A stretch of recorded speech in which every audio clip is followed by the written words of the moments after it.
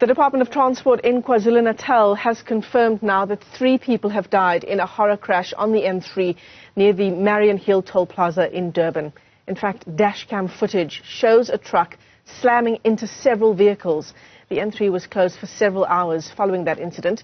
Newzroom Afrika's Karinda Jagmohan is at the toll plaza for us this morning. Karinda, just devastating story, and perhaps let me start by asking you about the death toll from that crash, because the department is confirming that 3 people have died, but several reports saying, in fact, 4 people were killed in that crash. Indeed, the department confirmed in a statement very recently that, in fact, 3 people had died in this horror crash here. And we also know now that 2 of the deceased are the son and daughter-in-law of Shamin Thakur Rajbansi, the leader of the Minority Front in KwaZulu-Natal. And, of course, the identity of the 3rd person is yet to be revealed.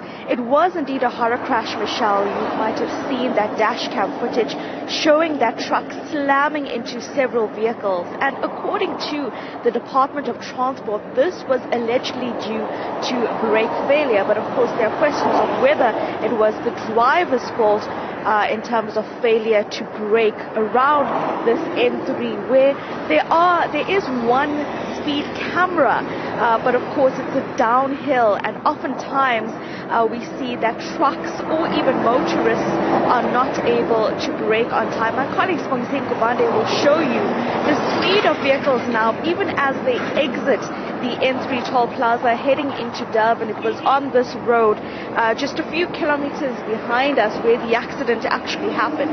And you'll see as trucks exit the N3 Toll Plaza here in Marianhill, they start gaining speed and continue driving towards the city. Now, there has been concern about apparent reckless truck drivers. Remember the accident that happened in Pongola, northern KZN, where an accident involving a truck took the lives of at least 20 people, including 18 school children. At that time, Transport Minister Fikile Mbalula said that a part of the National Traffic Act would be invoked to ensure that companies are in compliance with law, companies that own trucks are compliant with the law. He also spoke about increasing the capacity of the highway in that area.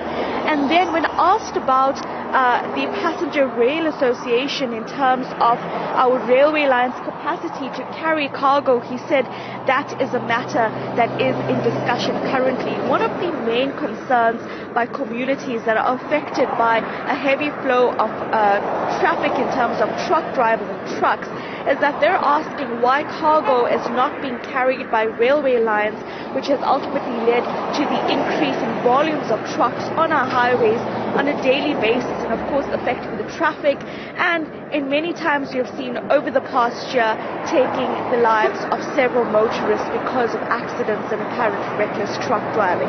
This has been a conversation that the Department of Transport has been having.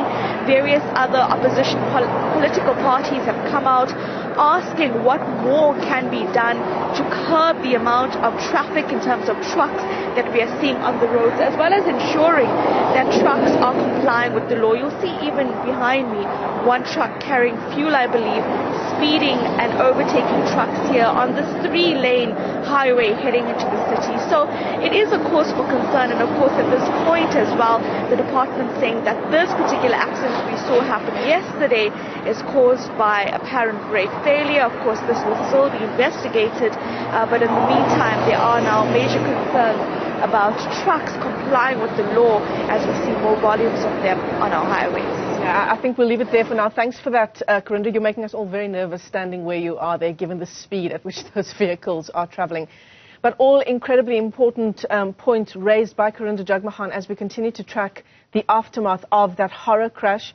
3 people killed in that accident. One just wonders, you know, what needs to happen so that we do see the changes that the Transport Minister talks about whenever there is a horror crash.